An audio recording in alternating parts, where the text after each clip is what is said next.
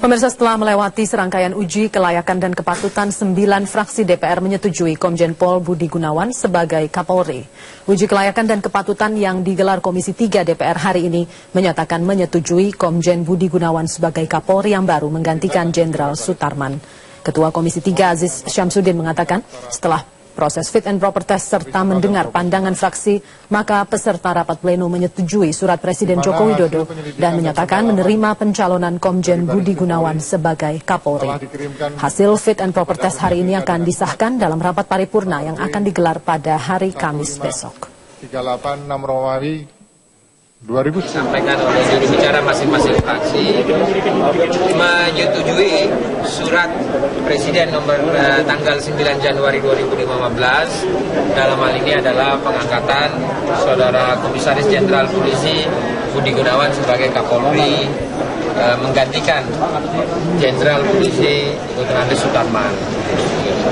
Dan kami akan segera mengirim kepada pimpinan DPR untuk penjadwalan paripurna yang insya Allah besok akan dibacakan di dalam forum paripurna. Dalam uji kelayakan dan kepatutan hari ini di Komisi 3 DPR, Komjen Pol Budi Gunawan menjawab sejumlah pertanyaan anggota Komisi 3 terkait dugaan rekening tak wajar miliknya. Dalam rapat ini juga menguak dugaan spekulasi di balik penetapan Budi Gunawan sebagai tersangka oleh KPK. 10 Romawi 2010. Dengan menggunakan pakaian seragam dinas lengkap, Komjen Pol Budi Gunawan yang berstatus tersangka hadir dalam uji kelayakan dan kepatutan di DPR. Tidak hanya menjelaskan klarifikasi tentang tudingan rekening tak wajar yang diarahkan padanya oleh KPK, mantan ajudan Presiden Megawati Soekarno Putri ini juga menyampaikan sejumlah rencananya jika terpilih sebagai Kapolri, termasuk soal program prioritas pemberantasan korupsi dengan membenahi internal Polri. Pertama, mempercepat pengungkapan dan penuntasan tindak pidana korupsi dan tindak pidana pencucian uang. Yang kedua, mengembangkan media komunikasi tentang pemahaman anti korupsi kepada personel Polri dan masyarakat. Yang ketiga, menerapkan whistleblowing system secara penuh, sehingga personel Polri dan masyarakat yang mengetahui adanya praktek korupsi di lingkungan Polri berani untuk melaporkan dan memperoleh jaminan perlindungan. Sejumlah anggota DPR selain bertanya dan mengapresiasi program Komjen Budi Gunawan, mereka juga melontarkan sejumlah spekulasi terkait penetapan Budi Gunawan sebagai tersangka. Sebagian menilai ada aspek politis dalam proses penetapan tersebut. Realitas yang menjadi peristiwa hukum sulit ditepis dan dipungkiri bahwa penetapan atau pengumuman saudara calon oleh KPK itu bermuatan politis. Karena momentumnya bertepatan dengan waktu saudara menjalani fit and proper. Sehingga ada kesan, ada upaya penjegalan di sini. Meskipun tentu saja juga ada yang bermain di benak kami. Ada apa gerangan?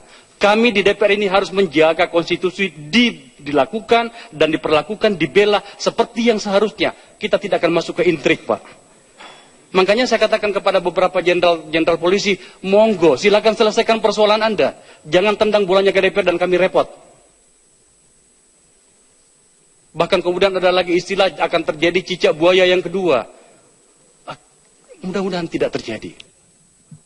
Dalam uji kelayakan dan kepatutan yang dilakukan oleh Komisi 3 ini, fraksi Demokrat memilih untuk tidak terlibat karena status tersangka yang ada pada Budi Gunawan. DPR sendiri sudah menyelesaikan uji kelayakan dan kepatutan terhadap Budi Gunawan dan akan membawanya ke rapat paripurna DPR. Tim Liputan Metro TV. Usai uji kelayakan dan kepatutan calon Kapolri, Komjen Pol Budi Gunawan kembali memberikan penjelasan kepada wartawan. Budi menjawab pertanyaan tentang penetapan statusnya sebagai tersangka oleh KPK di tengah pencalonan dirinya sebagai Kapolri. Jadi belum tahu ada apa di belakang ini karena mengapa kok tiba-tiba pada saat saya setelah diputuskan atau diusulkan oleh Bapak Presiden sebagai calon Kapolri dan menjelang pelaksanaan fit and proper test, maka tiba-tiba penetapan status tersangka itu dikeluarkan. Pak, apakah ini ada konspirasi di internal Mabes Polri sendiri, Pak, di tubuh Polri sendiri yang tidak terselesaikan terkait pencalonan Bapak? Seperti apa, Pak? Saya tidak bisa menjawab di sini. Silakan rekan-rekan yang mungkin lebih tahu bisa menduga. Sangkaan korupsi dilontarkan kepada Komjen Pol Budi Gunawan, salah satunya karena hartanya yang melonjak fantastis. Namun, Jenderal Bintang 3 itu menampik bila harta yang ia miliki berasal dari tindak pidana korupsi.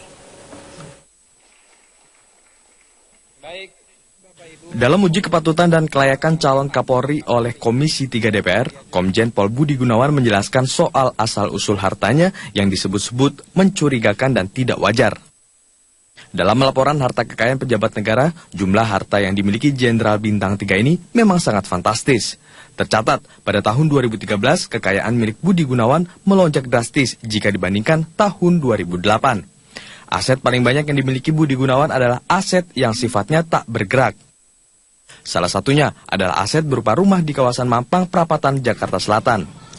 Ini adalah kediaman dari Komjen Budi Gunawan yang telah ditempati bahkan lebih dari 3 tahun. Dan rumah ini bukan merupakan satu-satunya aset yang dimiliki oleh Budi. Dan rumah dengan 2 lantai ini telah ditempati bahkan lebih dari 3 tahun.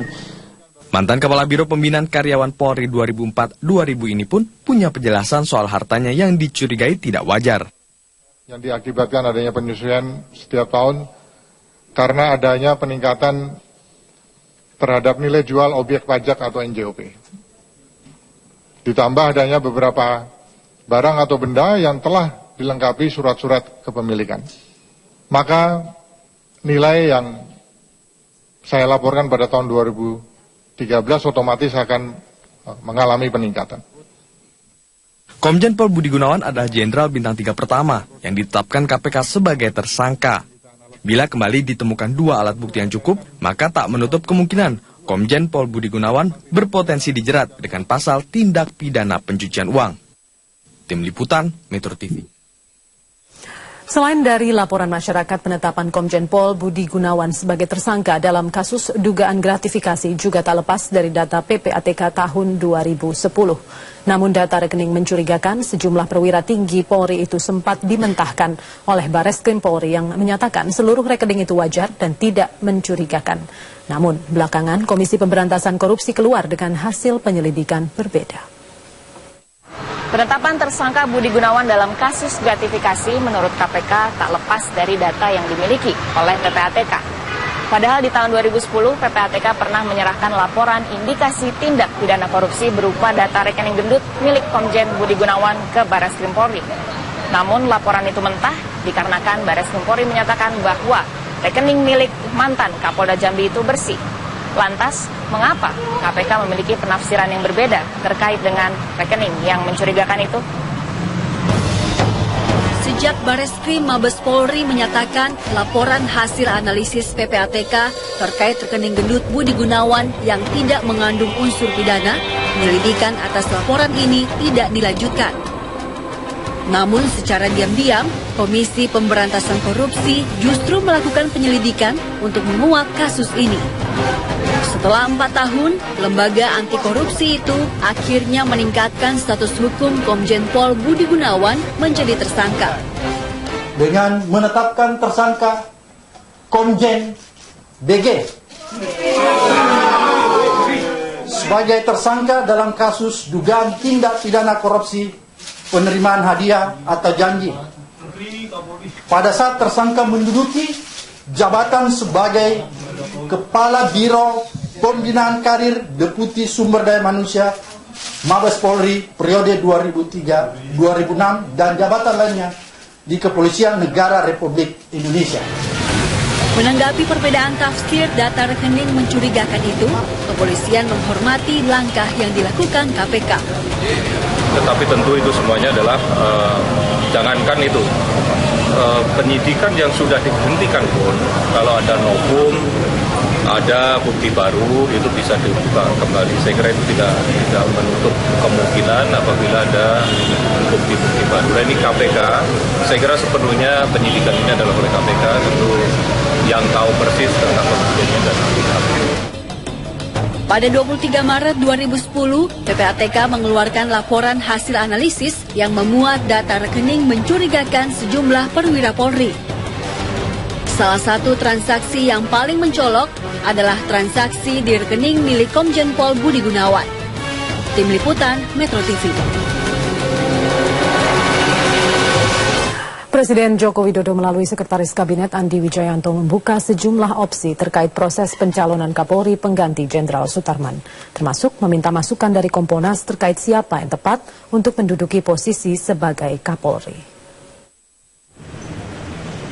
Sekretaris Kabinet Andi Wijayanto mengatakan Presiden Joko Widodo telah melakukan diskusi dengan Wakil Presiden Yusuf Kala dan kembali meminta masukan dari Kompolnas terkait posisi calon Kapolri pengganti Jenderal Polisi Sutarman. Hal ini dilakukan pasca penetapan Komjen Polisi Budi Gunawan sebagai tersangka.